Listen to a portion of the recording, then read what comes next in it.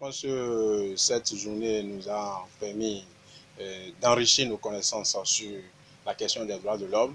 Il y a beaucoup d'aspects des questions des droits de l'homme qu'on ne connaissait pas, mais cette formation à travers les trois différentes communications, très riches communications d'ailleurs, nous ont permis de mieux nous outiller, de mieux connaître nos droits et désormais de pouvoir agir lorsque ces droits sont violés. Même si ce n'est pas nous-mêmes, même si c'est les droits des enfants, les droits des femmes. De toute façon, aujourd'hui, je pense que tous les participants qui sont venus à cet atelier sont sortis et enrichis des connaissances sur la question, sur la connaissance des droits de l'homme et sur la manière désormais d'agir et d'interagir lorsqu'ils sont témoins de la violation des droits de l'homme. Vous n'êtes pas sans savoir qu'aujourd'hui, c'est une question d'actualité. Presque tous les jours que Dieu fait, les droits des enfants sont violés, les droits des femmes sont violés, même les droits des hommes aussi sont violés.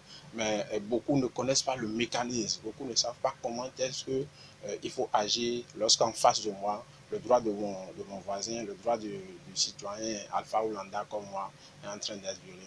Mais je pense qu'aujourd'hui, à travers les différentes communications, nous sommes mieux outillés et désormais, on peut estimer que dans la commune de Lokosak, dans le département du Mouro, la question de violation des droits de l'homme serait désormais conjuguée au passé parce que tous les participants savent désormais comment agir pour contrer tous ces hors-la-loi qui violent impunément les droits des enfants, les droits des citoyens tous les jours que Dieu fait. J'aurais souhaité que ces séquences de communication soient entrecoupées par des séances d'exercice, ce qu'on appelle juridiquement les cas pratiques.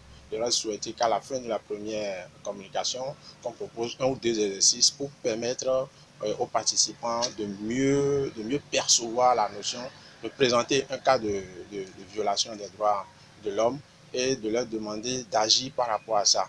Et ensuite, j'aurais souhaité aussi que, bon, pour des questions de temps, que chaque communication soit immédiatement suivie de questions.